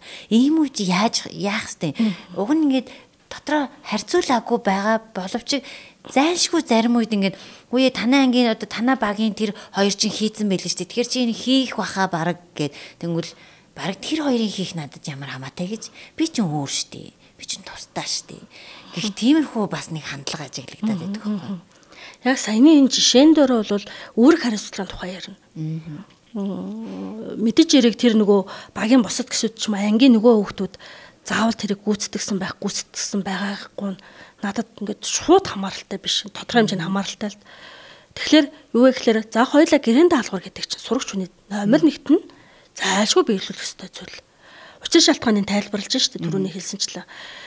Заавал их даалгавраа хийхгүй байх тусам насанд нөхрүүлэл ярина. Өдөр ингээд бид нар багш айгүй гоё заалаа гэхэд миний тарих хүлээж аваад ямар гоё юм бэ гэж мэдэж авдаг. Гэрэн даалгавар хийх үед хүүх энэ чи ингэдэг байх нэ гэд давтаад миний тарих бүрэн миний мэдлэг болж өгдөг. Гэрэн даалгавар хийхгүй байх юм бол багшийн зааж өгсөн зүйл ямар гоё юм бэ гэд унтаас сэрэнгүүт мартагдчихдаг. Тийм учраас даалгавар хийгээд хөөх энийг ингэж хийдэг юм байна гэдэг мэдлэг болгож өгөхийн тулд даалгавар хийдэг. Гэхдээ хүүхэд болгон янз бүр учраас энэ даалгаврыг зарим хүүхэд ингээд гяс сугаал хийждэг, зарим хүүхэд 2 цаг суугаад хийдэг. Гэхдээ багш бол энэ даалгаврыг ямар ч хүүхэд 20 минут хийхэд дуусна шүү гэж хэлсэн учраас миний хүү бол нэг 20 минут суугаад хийчих байх. Ямар ч тач хоёулаа энэ даалгаврыг хийн. Хижээж л явна. Сурагчийн үүрэг байхгүй юу? Ойлгосноо гэд. Тэрэн дээр нь жишээлж нөгөө үүрэг хариуцлагатай холбоотой асуудал бол юм. Үнэхээр хүүхдийн ямар нэгэн онцлогоос хамаарад одоо анхаарал төвлөрөлт нь харьцангуй насныхаа дунджаас байх ч юм одоо миний хүүхд 7 настай байлаа гэхэд нэг 20 минут орчим тогтож сууж чадахгүй байгаа дэвэл тэр хийх ёстой даалгавруудыг жижиг хэсэгт хуваарлаад за хоёулаа нэг 3 бодлого бодчоод амсгий ч юм уу тэгж менежмент хийх нь бол миний гарт байгаа гэсэн үг. Тэгэхээр хүүхэд тэр ангийн хүүхдүүд чи хийцэн байгаа даа гэдэг маань яг ээжийн зүгээс мотивац өгөхгүй л жоохон яаруулах гал. Тэгэхээр тэр зөв аргуу гэхэлэр бас буруу арга болох гээд. Тэгээ хүүхдийнхаа хийх ёстой гэдгийг үүргийг хумсрлуулаад харин миний хүүхд хурдан хийдэг удаан гүйцэтгэлтэй байдаг математикта илүү дуртайтай эсвэл монгол хэлээ удаан хийдэгтэй гэдгийг харах юм бол дийлэнх тохиолдолд удаан хийдэг дээрээ тархин арайч хүчтэй байгаа дээр жижиг хэсгүүдэд тувааж байгаа нэг 3 хэсэг туваагаад хийж дуусгачаад тэгээд дараагийнх нь хурдан хийдгийг хийгээд ингээд явжул их зүгээр. Багштайгаа харилцаа тохиролцоод даалгавраа баг хэсгээр ингээд хийж агаад аажмаар ангийн хүүхдүүдтэй адилхан даалгавар хийдэг байх арга руу шилжих ч юм уу. Ийм зүйл дээр харин эцэг гих багшийн хамтын ажиллагаа хүүхдийн тэр гүйцэтгэл дээр жоохон менежмент хийж урам өгөх. Тэгээ түрүүний тэр нөгөө нэг гой бицнийг хилээл хүүхд явдیں۔ Да. Тий. Тэгэхээр нөгөө яг нөгөө даалгавраа хийж явах үед нь урамшуулах, магтах энтрээ бас мартахгүй л. Тэгээ нүг одоо эцэгчүүдийн хамгийн нэг том асуудал байгаа даа нь юу гэхээр ерөөсөө л даалгавар хийлгэх тий хүүхдүүд ингээд зарим ч яг ер нь дийлэн хүүхдүүд даалгавар ихтэй жоохон дурггүй байна тий. Тэгээ саяны нөгөө нэг юм аргачлал за багчийн нэг 20 минут л хийн гэсэн. Тэгэхээр хоёлоо ер нь 20 минутаа багтаа ч юм уу тий тэнгүүд л 20 минут арай их байна 10 болгоё гэсэн. Үгүй ээ та би ер нь чадахгүй гэл нэг тийм хүүхдүүдийн онцлог юм готрон үзэлтэй хүүхд гэж ер нь цаанаасаа байх уу? Happy хүүхд гэж ингэж тусдаа юм юмнууд байх уу ер нь? Яг уу тийм онцлогууд байдаг штэ хүний зан төлөвийн онцлогуд байдаг. Гэхдээ саяны тэр юу бол хүүхэд өөрөөрөө танин мэдж байгаа үйл явц учраас сорилтод бэлэмш байгаа бэлэн байгаагаа л илэрхийлж байгаа зүйл л дээ. Тэгэл хийх дургүйгээ л илэрхийлж байгаа. Даалгавар дээр хамгийн том эцэгчүүдийн баримтлах ёстой зүйл бол тогтмол нэг цагт хийлгээд тавчвал яг тухайн цагт бид нар нөгөө нэг тогтмол өдөр болоод нэг цаг үед нэгээс хоолоо идэг үл яг л тэр үед үлсөөл толгой өвдөөл ингээл эхэлдэг шүү дээ. Тэрэн шиг тарих ер нь бол дасгалжуулагддаг. Тэгэхээр орой би даалгавар 6 цагт хийгээл хөвчүүл яг л тэр 6-аас 6:20 5:40 ч юм уу тэрнээс өөрчлөхгүйгээр тэр цагтаа л хийгээд. Тэгэд ер нь бол бага насны хүүхдүүд даалгавар ихэд орчин их чухал. Өөрөөр хэлбэл одоо гэрлэн тохиромжтой байх, анхаарлыг нь сарниулах, тэр өөр хүчин зүйлсээс жоохон юм тусгаарлах юм боломжуудыг олохгүй бол зурагт асаалттай тэнцээ нэг ах нь компьютераараа ингээл тоглоол тэнд нэг хоол хийгээл ингээд байгаа үед бол бас хүүхд төвлөрөхөд хэцүү байдаг л да. Яг уу гэрт ч юм уу олуулан амьдрал гэм нөхцөл байдал яг л дэрэгдэн нэг хүн анхаарлаас нь яг л хичээл рүү ингээд анхаарлын дийлэнх нь барайл ингээл ажиллах нь их чухал. Тэгээ хамгийн чухал нь бол тогтмол цагт даалгавраа хийгээд эхэлчих юм бол тарих энэ цагт би нэг гүйцэтгэдэгтэй гэдэгтээ бэлэн болоод яг л унтахтай адилхан би нэг 9:30-аас ч юм уу 10-аас унтаад эхэлдэг бол яг л тэр 10 цагта өвшөөгөөл ингээл эхэлдэг тэрэнд тэр дадлыг бий болгох хүртэл хүлээцтэй байх хэрэгтэй юм. Тэгэхгүй ингээд ороо буцгаа ингээд байвал тэрэнд бол бэлэн биш байгаад байдаг. Тэгэхээр тарих бэлтгэгдэж ижил тэр ачааллыг бол хийж таарна л да.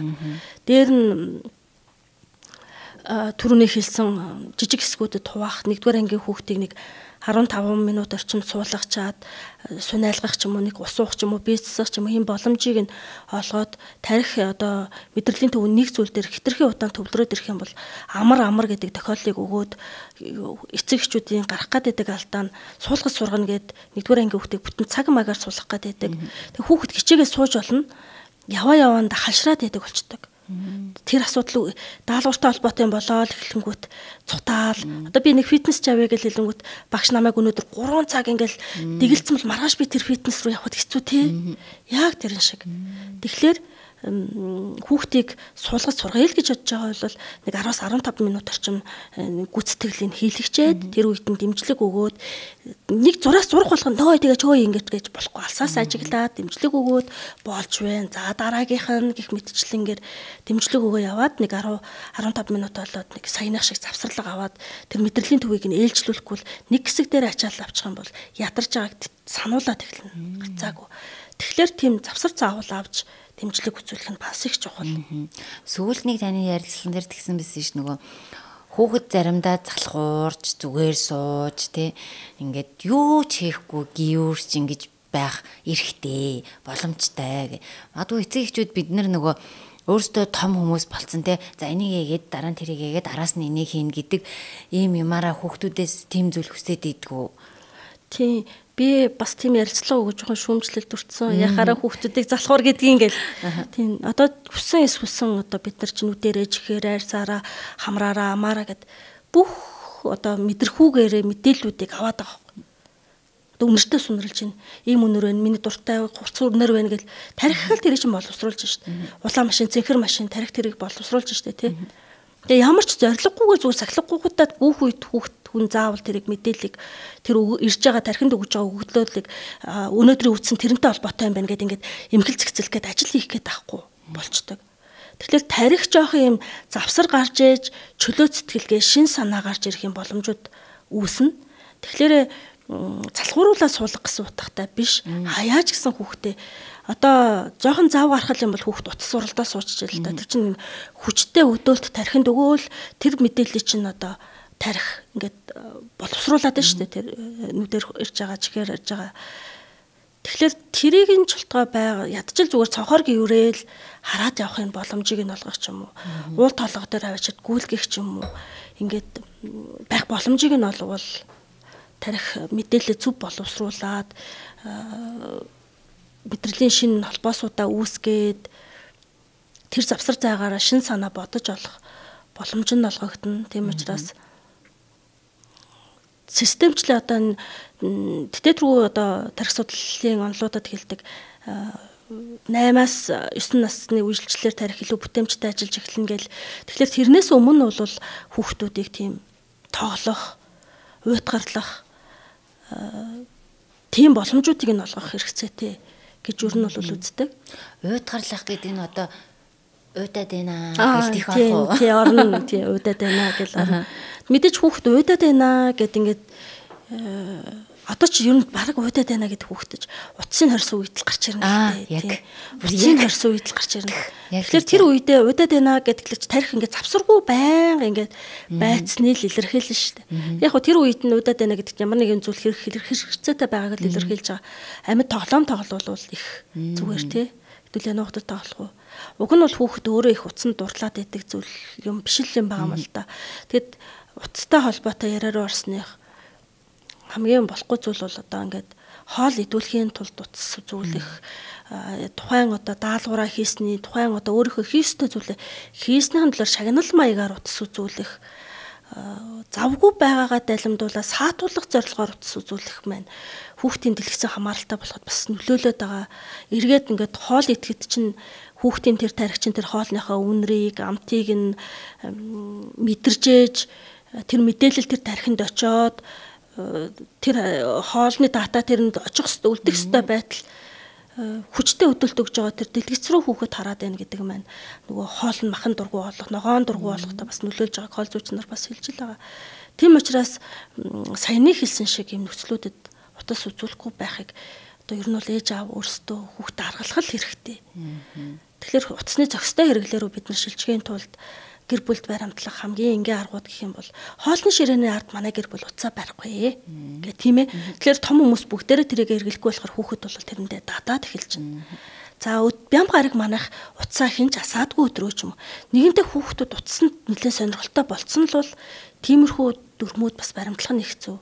Одоо ингээл хүүхдэд гар утас авч өгөөл, таблет болгоол, ингээл өсгөөл байгаа нь хүүхдэд тодорхой хэмжээнд хор шиг гэл бэлдээд байна л да. Зохистой үзүү альва зүйлийг 100% хорих ч юм уу 100% зөвшөөрөхөөсөө илүүтэй зохистой хэмжээ гэж байгаа шүү дээ. 2 настай хүүхдүүдний 30 орчим минут үзээд за өдөрт 1 цаг үзлэхэд 30-аар ятаж таслаад үзүүлээд үзэхдээ том хүн хаамт үзээд хөө баага ууралж тийм ээ гэх мэдчлэн байдлаар үйл явдлыг нь харилцан ярилцах байдлаар үзээд за хоёлаа гүцэх цаг дууссан ч юм уу. Үнэхээр тэгээ өгөнд орохгүй 2 нас тутчаа бас хэцүү л дээ. Тэгвэл өө дата дуусчлаа гэж зурагтаа гацааж агаад тэгэж учир байдлыг тайлбарлаж агаад зохистой үзэх хэмжээр үл хэдүүлээ шилжүүлвэл.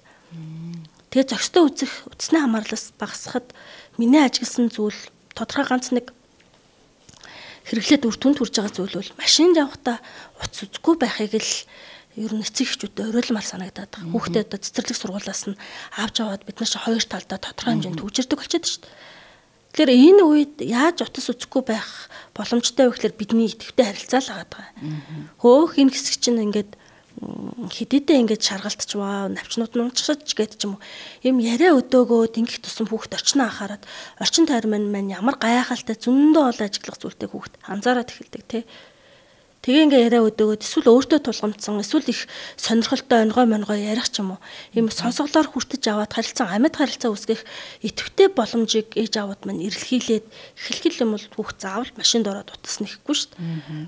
Тийм байдлаар ийм оролдлого, санаачлага хийгээсэй л гэж хүсдэг. Тодорхой хэмжээний ойрынхоо хідэн хүмүүс интерт хийлээд үр дүнгуудыг бол аюусаа өгөөд байгаа юм л да. Тэгээд их мэддэг хүн шиг мэдэмхээрэл тэг ингээл тэр болгонд хилээд чадахгүй. За одоо түр хоёлаа сая нөгөө ихэнхдээ эцэг эхчүүд хүүхдүүдийг яаж ойлгох юм бэ гэдэг талаас нь ингээл яриа л те. Эцэг эхчүүд асуух хэрэгтэй, асууж иж ярилцах хэрэгтэй, бас хамгийн сайн сонсогч байх хэрэгтэй гэл. Тэнгүүл эргээд эцэг эхчүүд бид нар ч ингээл бас анхудаа л ээжээ болж штэ. Энэ үед бид нар сэтгэл хөдлөл тэр хэцүү байгаа. Өнөөдөр ажил дээр хэцүү байсан тий. Эсвэл өөр нэг газар уйлмаар байсан. Үнэхээр ажил бүтээд аз жаргалтай байсан. Тэр сэтгэл хөдлөлийн мэдрэмжүүдээ хүүхдүүдтэй зайлшгүй хуваалцах шаардлагатай юу?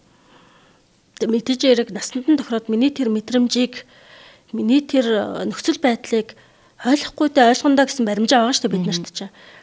Тэрнээсээ насанд нь тохируулаад үнэхээр аз жаргалтай юм аа бол гэр бүлдээ бүр нэг хідүүлээ таараа суучих. Ээжд өнөөдөр үнэхээр одоо та нартаа дуулахаас өөргөө зүйл тохиолдлоо.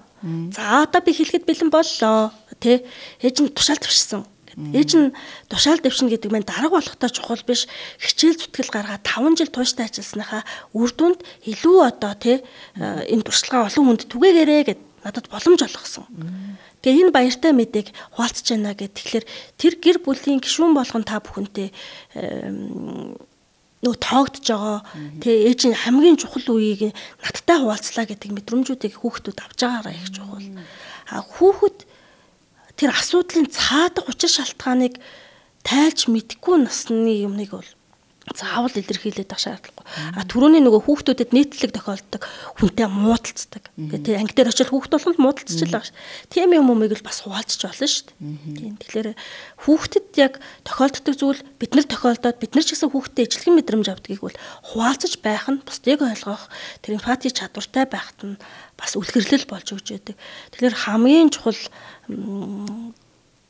зүйл бол бид нарын өөрсдөө хүүхдэдээ гаргаж байгаа үг, үйлдэл ямар байгаагаас хамаарат хүүхдийн тэр хандлага төлөвшөөд байгаа Тэгэхээр түрүүний таны асуулт айгу гоё чухал асуулт байна.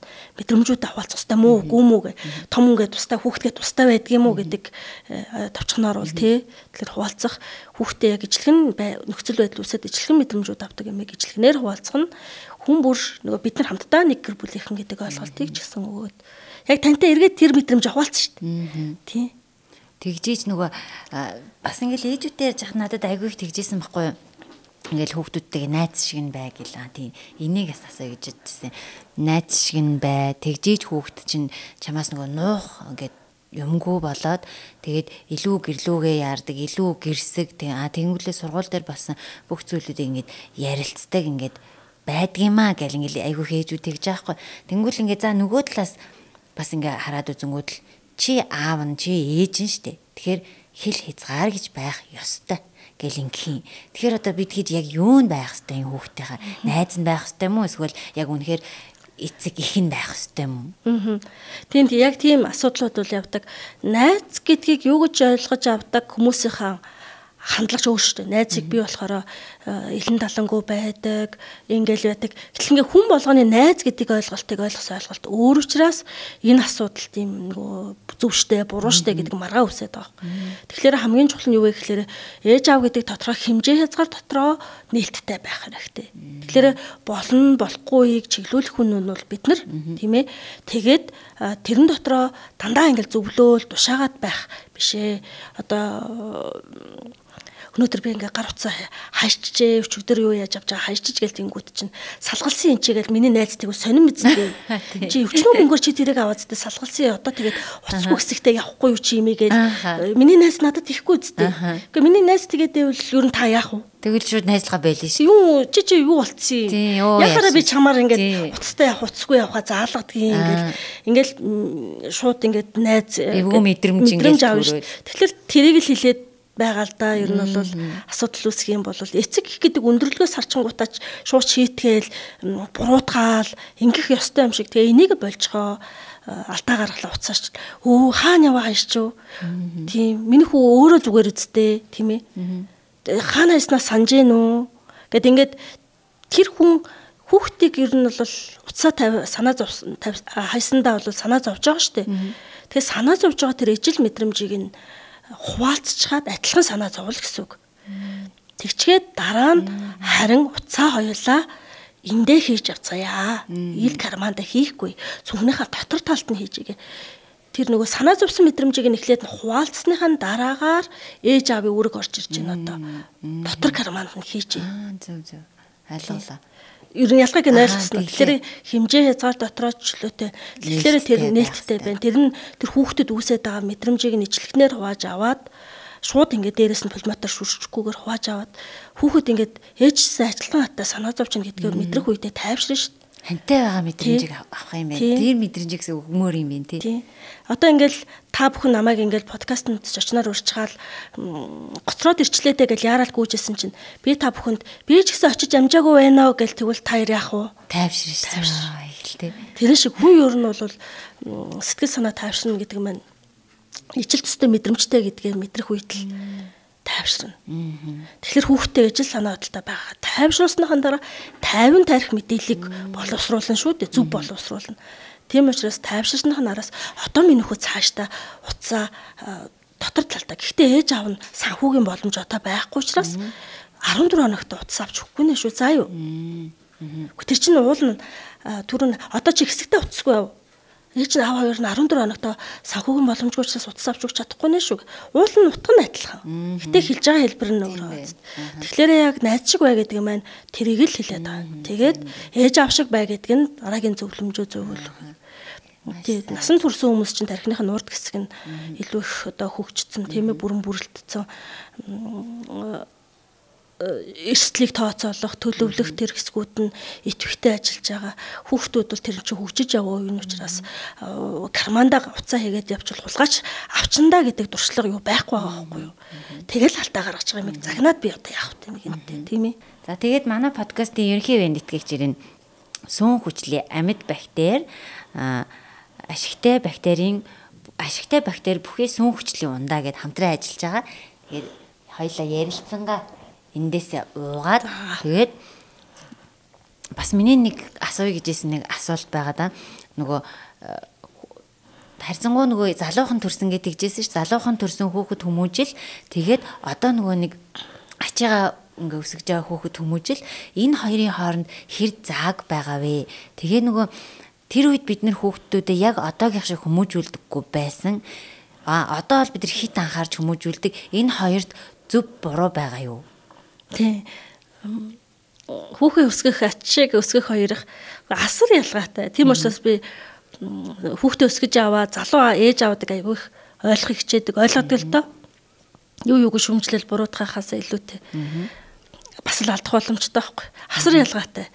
Тэгээд тэр үед энийг мэддэг байсан бол тэр үед энийг хэлээд өгчдөг хүн байсан бол тэр үед энэ номыг уншихгүй явтаа гэх бодлууд бол их байдаг шүү. Тийм. Тэгэхээр харьцангуй одоо нөгөө боловсрал судлал сэтгэл судлал хүүхд хүмүүжлийн одоо судалгаанд суйрлагдсан нотлогдсон арга барилуудыг одоо маш их хүчтэйгээр сурталчилж яваа ийм цаг үе учраас эцэг эхчүүд маань тодорхой хэмжээнд баланс алдахгүй байх боломж орчин цаг нь илүү сайн байна л гэж үзэж байгаа. Тэгээд нөгөө нэг судалгаанд эцэг эхчүүд маань одоо ярьж байгаа ямар одоо ингээ хэдүүлээ шиг ярьж байгаа подкаст болон уншиж байгаа мэдээллүүдээ аягүй сайн нягтлаад үнэн байх боломжтой юу үгүй юу гэдэг энэ өгөгдлүүд дээр сайн цензуур тавьж ээж хүүхд хүмүүжлэлтэй ч юм уу оруулахгүй болвол тренд дагж юм ч юм уу ингээл тэр сайн гинэ энэ сайн гинэ гэл ингээд хавтгаарсан ч юм урсгал дагсан юм юмнасаа болгоомжлоод илүү мэрэгжлийн хүмүүсийнхээ үгийг сонсоод судалгаа нотлохын суйрлагдсан арга хэрэглэлүүдээс хэрэглүүлэх зүгээр л дээ тий. Тэгээ хүүхдээ дандаа олимпиадад оруулаад төрүүлээд тэгвэл мундаг ч юм уу гэхээсээ илүүтэй хүүхдээ онцлог маань ямар байна? Миний хүүхд энэнд ороод өөрийгөө үнэлэх хүнэмжтэд эргээр нөлөөлөх үү сүргээр нөлөөлөх үү гэд мэрэгчлэтнүүдтэй уулзж агаад тэр шийдвэрийг гаргана гэдэг маань түрүүний нөгөө илүү асуудалд улсууртаа хандахыг хэлээд байгаа. Одоогоороо болвол миний бодож байгаагаар болохоор за дээр үе гэдэг нь одоо 90 оноос хойших тий тэр хүмүүжил одоо ингээ 2000 он гарснаас хойш энэ хүмүүжлийн аль нь зөв юм бас аль нь буруу юм гэдэг нь нотлогдоогүй байх тий. Тийм тэгэлгүй яг одоо тэр үед ч гэсэндээ сургууль хүмүүжүүлэх одоо энэ онолууд бол байсаар байсан. Гэхдээ энэ боловсролыг эцэг эхчүүд маань төдийлөн бүрэн одоо онлайн хэмжээнд авч мэдж мэдээлэлээр тутмаг байсан үе гэж үзэх юм уу да. Хуучин бол манай эмээ өвөгийн биднийг өсгдөг байсан үеих бол үнэхээр одоо маш философик маш гоё гүн ухааны тэр гоё зүрх цэцүүг хэл зүг болон болохгүйг ойлгуулж байгаа тэр ухаан тэр ардын ухаан бол үнэхээр ярих юмгүй. Одоо энэ дээр одоо сэтгэл судлаачид бол их харьцуулж судалгаануудыг хийдэг болсон байлаа. Тэгэхээр тэр нэг 80 90-ад оны ээж аав завгүй тэр мэдээлэл юун шүүлтүүр хийх өнөөдрийн хоолны төлөө завгүй хөдөлмөрлөж хичээж явах үеийн бас алдаан оноо байх боломжтой юм байна гэж бол би хараад байгаа. Одоо бол харьцангуй эцэг эхчүүд маш гоё боловсралтай хүүхдийн боловсролын төлөө хичээж шимтэж сонсдог, уншдаг, хэрэгжүүлдэг юм гоё үе ирсэн байна л гэж би надад бол төсөөл одоо ингээд энэ орчин мэдрэгдээд байгаа. Бас нөө харьцангуй эцэг эхчүүд боловсралтай болоод тий хүүхдтэй айлуу анхаарад энэ хүүхд чинь ийм онцлогтой юм биш үү? Энтэй ингэж ажиллавал бас арай өөр юм байна да. Үнэхээр гоё шүү дээ. Залуу ээж аавуудтай ярилцах, залуу ээж аавын биднэрт тавьж байгаа шаардлага тэр асууж байгаа асуулт жинтэй шүү. Тэгэхээр би их баярлалтай л да. Тавьж байгаа шаардлага нь юм хүчтэй ч гэсэндээ аюу зөв шаардлага тавьж гин. Яг ийм нөхцөлд бол ийм асуудалд ингэж хандах нь зөв л дөө гэж бол хүлээж авдаг. Одоо бас нэг арай нэг өсвөр насных нэг ийм асуудал байгаа да. Даа ялангуяа охтуудад 10 жилийн охтууд 10 жилдээ байхдаа нүрээ будах, арьсаа арчлах гэдэг энэ тал дээр эцэг эхчүүд ер нь эргээр хүлээж авах хэрэгтэй юм уу? Эсвэл ингээл дээр үед бол ингээл уурлаа те чи яста нэр нүр амаа хөхрлөө яста хар залгаараа хөхирээ юм боллоо гэл загнадаг. Одоо үед энийг юу яаж хүлээж авах хэвтэй. Бас л төрөөнийх шиг нөгөө нэг хэмжээ хязгаар дотор чөлөөж хөшөөрөлийг нөхөл хэрэгтэй. Өөрөө одоо хүссэн хүсээгүй өсвөр насны одоо нэг 12 3 настай болоод ихлээр нүур бутмаар санагдчих байгаа байхгүй юу. Тэгэхээр тэр боломжийг нь олгоод харин тэр нөгөө хүүхдийн арьсанд одоо хор шиг багтай сонголтыг нь сонгоход нь та туслаад өгч. Тэгээ тэр чинь ингээд мухаа бодож үзсэн шүү дээ. Тэгээд тэр туршилтаа хийгээд энэ алдаа гаргаж штэ тийм ээ мухаа бодоод тэгж жагаад миний нүдэнд ч юм уу надад энэ өнгө зөгтгүй юм байна зөхгүй юм байна гэ магадгүй одоо үеийнхнаас хүү чи над нүдээ яалцсан юм бэ ингээ болоо гэдэг юм шүмжлүүдийг ингээ авч жагаад хүүхд насндаа энийг за энэ бол дими юм байна гэдээ оролдоод ингээ үзчихнэ илүү зөв. Тэгэхээр хэмжээ хязгаар дотор тодорхойж хэмжээ хязгаар гэдэг нь юу вэ гэхээр хит одоо ингээд хортой хүчтэй будаг хэрэглэх одоо шивээс мивээс хийх ч юм уу энийг нь одоо эрүүл мэндэд сөргөн нөлөөтэйг нь учрыг нь тайлбарлаж өгөөд тодорхой хэмжээнд зөвшөөрөөд оролдлого хийж үзээд өөрөөгөө таниад мэдгэлтэй тэр хүүхд чинь. Яг үнэ тийм байна тий. Тэгэхээр бас үзэж байгаа өсвөр насны охтуудтай ээжүүд байх юм бол манай нөгөө подкаст ерөнхий ивент тэтгэгчээр заяа бэлгийн хамтран ажиллаж байгаа энэ маань бүх салбар дээрээ арьс онцлогоо өнгөө байгаа. Тэгэхээр өсвөр насныхаа охтуудыг бас дагуулж аваад тий арьс нь ямар байна гэдгийг мэдээд худалдаа авалт хийгээрэй гэж бас хэлмээрэн худалдаа авалт бүрэн нэрээ бас бэлэгтэй байгаа. Хоёулаа бас сая нийтлэг тохиолддог асуудлуудад авах одоо боловсрол судал сэтгэл судлалын онолуудад суурилсан арга хэмжээнүүдээс л ярилцлаа. Маш сонирхолтой надад бол үнэхээр дуусгамааргүй тийм ингэж дахиад ярилцлаа. Хүүхэд тэгэхээр яадаг гинэ ингэхээр яах вэ гэл олон талаас нь ингэж ярилцмаар хүүхдийн тухай зүгээс дуусшгүй сэдв байдаг болохоор ярилцмаар санагдлаа. Тэгээд миний урилгыг хүлээж аваад маш гоё өр өгөөчтэй ярилцлага өгсөн танд баярлалаа. Баярлалаа. За тэгээд төгсгөлд нь мэдээж бас ивент итгэгч байгууллагуудынхаа бэлгийг аваад тэгээд бас ерөнхий ивент итгэгчээр Япон технологиор Монголд үйлдвэрлэсэн сүн хүчлийн амьд бактери амебак хамтран ажиллаж байгаа. Энэ болохоор цэнхэр өнгөтэй нь болохоор сахарын агуулмж баг. Тэгээд энэ улаан нь болохоор энгийн сахарын агуулмжтэй. Тэгээд хүүхдүүдтэй цэцэрлэг сургуульд нь явахад нь өгөхөд маш тохиромжтой гидсний гөрүүлзэх хөдөлгөөн болон дархлааг дэмжих юм онцлогтой бүтээгдэхүүн байгаа. Тэгээд амебакийнхаа дээжээс бэлгэлж байна. Баярлалаа. За дараагийн бэлэг хоёулагийн энд тавьсан байсан. Заяа бэлгээ манай подкастын ерөнхий ивент гэхчээр бас хамтран ажиллаж байгаа. Яг эхлэлдэр хэлсэнчлэн Солонгосын 50 гаруй нэр төрлийн бүтээгдэхүүнийг Монголд албан гоо сайхны бүтээгдэхүүнийг Монголд албан ёсны эрхтэйгээр оруулж ирж борлуулдаг ийм газар байгаа. Тэгээд та худалдаа авалт хийх бүрдээ гарын бэлэг аваад бас бүх салбаруудаар арьсаа өнгөө онцлуулаарэ гэж хэлмээрээ. Тэгээд энийг ингээд өгчээ дөө. За энэ одоо би баярлалаа гэж аваад ах уу. За баярлалаа. За энэ дотор нь юу байгаа бэ гэхлээр энэ бас их учиртай. Энэ өмнөд Солонгосын арьс арчилгааны брэнд юм бэлээ. Тэгээд нөгөө нэг бүх ингээд бүтээгдэхүүнээ юм номероор дугаараар нь дугаарлцсан. Тэгээд энэ таны арьсны асуудлыг нөгөө хамгийн тохирсон нэг дугаар нь таны арьсанд ийм, хоёр дугаар нь таны арьсыг одоо илүү давхрааг бэхжүүлж өгнө. Гурав дахь нь улаалт, зочролтыг намдаана гэсэн юм дугаарын заавартай. Тэгэхээр та хэрэглэхтэй бүтээгдэхүүнээ хэрэглэхтэй заяа бэлгээгийн сайт руу орж аваад яаж хэрэглэх зааврыг бас хараад хэрэглээрэй гэж зөвлөмөр. Тэгээд бас үзэж байгаа ээжүүд маань бас сонирхож байгаа юм бол заяа бэлгээгийн бүх салбаруудаар худалдаалагдаж байгаа. За дараагийн манай хамтрагчаар Бибекук гэд энэ яг ачт нь яг хэрэгтэй юм байна.